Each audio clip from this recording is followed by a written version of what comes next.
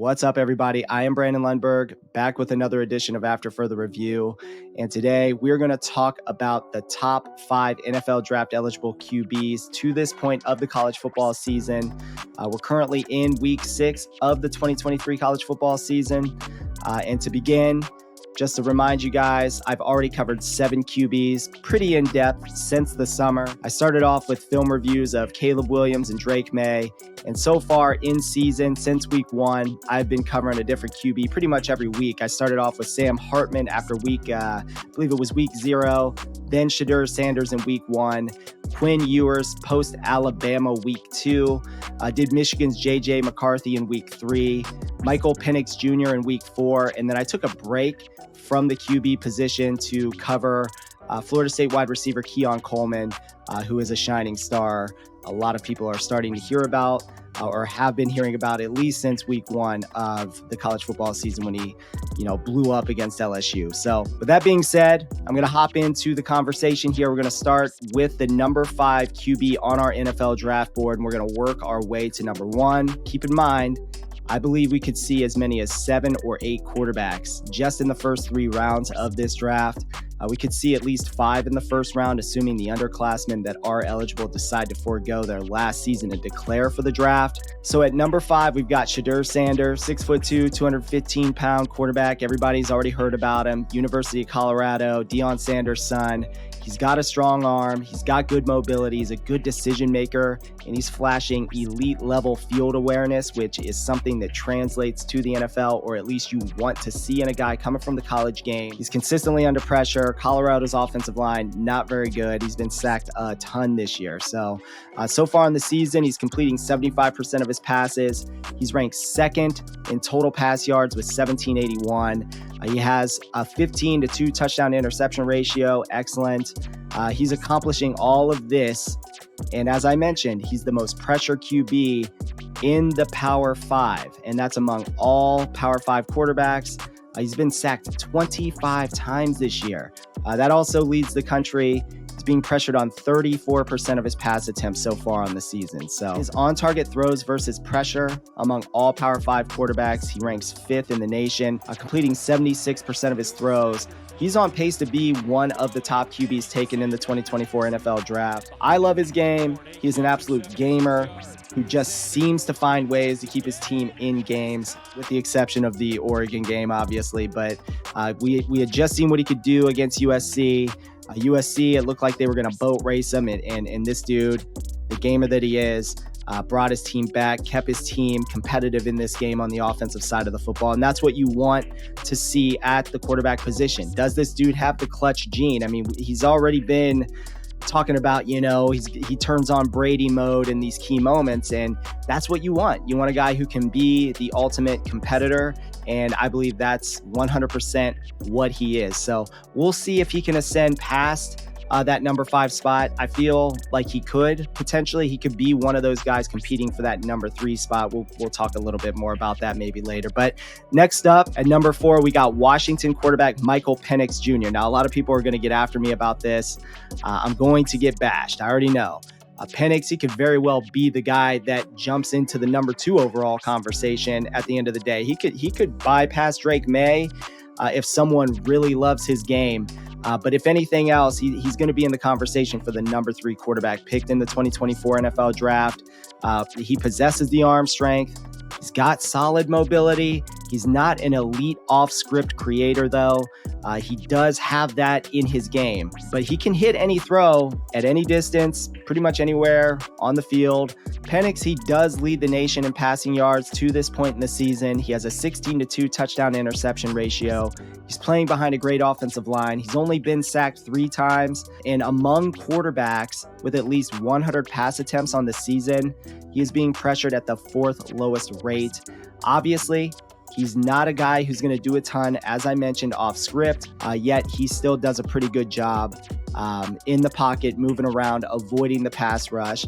And obviously, he's got a great offensive line. So in terms of his on-target throw rate when he's being pressured, Penix ranks 10th among all Power 5 quarterbacks with an on-target rate of 68%. So again, even when he's under pressure, he finds a way to execute. And while he's not the most athletic quarterback in this class, He is a pocket passer, or will be considered a pocket style passer at the next level. He is a guy who does enough to avoid the pass rush in the pocket, keeping his eyes down the field, looking to make a throw. All right, let's move on to the number 3 guy, and this is based more on his ceiling, and it might be a risk to take a guy like this who might benefit from another year in college, and that's Michigan's J.J. McCarthy. So far on the season, McCarthy is showing off all the elite traits that you're looking for in an NFL-style quarterback, at least in today's NFL. This dude can hammer the in routes with great anticipation. He displays elite ball placement on out routes and corner routes. For what it's worth to this point, Michigan's competition, obviously terrible so far to this point, but you have to look at this guy and see what he's able to do. You can only do what you can do with the competition that's in front of you. But in terms of the numbers, JJ, he's completed 79% of his throws. Absolutely unreal. He's completing 78% of his throws on target to his receivers and on time. He has thrown for only 1,071 yards. He has 10 touchdowns to 3 interceptions in a run-first offense that can at any time just let him loose. But it is not needed at this point because they can run the football so well behind a great offensive line.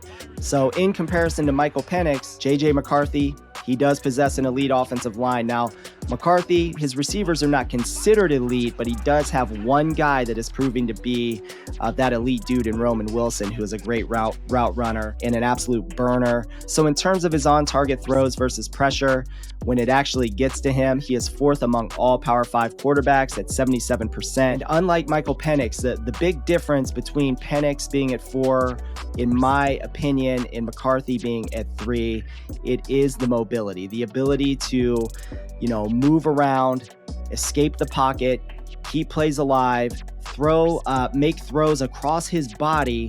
The arm angles and the creativity of being able to make throws like that on the run, and having that speed to the outside to threaten defenses with his legs as well.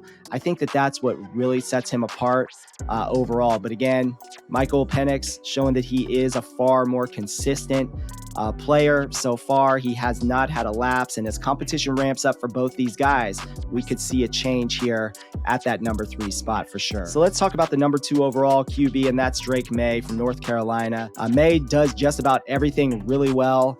He's a mobile player. He has a bigger build to him at 6'4", 230 pounds. He reminds me a ton of Justin Herbert just because of his athleticism as a runner, combined with the arm talent. I mean, this dude, he can make any throw from the pocket or on the move, and he has a knack for showing up and making key plays in pivotal moments. On the year so far, he's completing 73% of his throws. He has 1,176 yards. He's taken a step back in terms of his touchdown interception ratio from a year ago. He's got 5 touchdowns to 4 interceptions so far in the year. He does have a new offensive coordinator. He did lose his number 1 wide receiver from a year ago in Josh Downs to the NFL. But overall, his on-target throw rate is 76% on the season. His on-target throws versus pressure among Power 5 QBs ranks 23rd at 61%. You really do want to see that obviously improve, get him up there into that upper echelon of quarterbacks that we've just talked about, Michael Penix or J.J. McCarthy, for example, in terms of how they are able to complete passes at a higher rate when they are under pressure. But in my opinion, as of right now, Drake Maye should be the second quarterback off the draft board for most NFL teams looking for a quarterback or up in that spot in the 2024 NFL draft, assuming he does declare. I believe he's going to be taken regardless in the top 3 to 5 picks, regardless of what quarterback does move up. So that we've just talked about, Michael Penix or J.J. McCarthy, for example, in terms of how they are able to complete passes at a higher rate when they are under pressure. But in my opinion, as of right now, Drake Maye should be the second quarterback off the draft board for most NFL teams looking for a quarterback or up in that spot in the 2024 NFL draft, assuming he does declare. I believe he's going to be taken regardless in the top 3 to 5 picks, regardless of what quarterback does move up. So, all right, now without further ado, the number 1 quarterback everybody already knows is Caleb Williams from USC. I I have to say a whole lot here about Caleb Williams outside of, would it be wild if he decided not to declare for the NFL draft and just decided, hey, I'm going to stay at USC for another year because I don't want to play for the Cardinals. I don't want to play for the Bears. That would be completely insane. I don't think that's going to happen. I think he's going to declare early regardless. That's my expectation to this point. I'm not going to change until further notice, until, the ink is dry on the idea that he's not going to enter the draft. I'm going to safely assume he is going to be the dude who is taken number 1 overall. He's going to declare for the draft and be the dude that is taken number 1 overall. So Williams, he's going to bring a very similar skill set, as everybody knows, to Patrick Mahomes. With him to the NFL, the dude can make any throw on the field, whether he's on platform or not. He's mobile. He has the nice build to him so he can take some of the hits in the NFL. Statistically on the season, Williams has completed 75% of his throws for 1,600 yards. He's got 21 touchdowns to only 1 interception. The dude just takes care of the football. And obviously, he's elite with his accuracy. His on-target throw rate among all Power 5 QBs sits at 76% currently. His on-target throws, though, versus pressure among all Power 5 QBs, it's 32nd at 56%. And this might be something to consider. Take a look at a little bit more. He does face pressure on 24% of his throws on the season. So as the season progresses, competition continues to ramp up for USC. It'll be interesting to see if he can improve that number when he is under duress in the pocket or out of the pocket or whatever's going on. Can he improve the accuracy when he's got dudes in his face? So let me know what you think about the top 5 quarterbacks currently on our 2024 NFL Draft Big Board, which you can find over at footballscout365.com. Again, we have Shedeur Sanders at number 5 currently, followed by Michael Penix Jr., J.J. McCarthy, Drake Maye, and then Caleb Williams at number 1. Now, you can mix and match Michael Penix, J.J. McCarthy, Shedeur Sanders if you wanted to for that number 3 spot. And who knows, any of those guys could elevate into that number 2 spot with Drake Maye and be one of 3 guys taken in the top 10 of the 2024 NFL Draft. And I wouldn't be surprised to see 4 guys somehow taken in that top 10. So again, this could be an unprecedented year for quarterbacks in the draft. We could see a record number go, could see a record in the first round. We could see an overall record of total quarterbacks taken in this draft. I'm excited to see what comes of it. I don't see a ton changing at the top. Caleb Williams and Drake Maye so far, number 1 and 2. At the top, I think it is Caleb Williams by a country mile, going to be the number 1 overall draft pick in the 2024 NFL Draft. So again, I want to say thank you for watching. Please like the video, subscribe to our channel, continue to support us. We love people who comment on our videos. We love to debate with people. Hey, we're not afraid to take criticism either. You can criticize us about any opinions that we have or whatever we're saying. Also, check out our fantasy football content. We have a ton of awesome fantasy football content, including our League Winners series. Every single week, we're trying to find waiver wire ads that can help you win your league. These guys might not be absolute league winners, but maybe you're looking for a dude that just gets you over the hump. Maybe you need a tight end. Maybe you need a flex player to kind of bump you up a little bit in overall points for a week, or maybe throughout the rest of the year.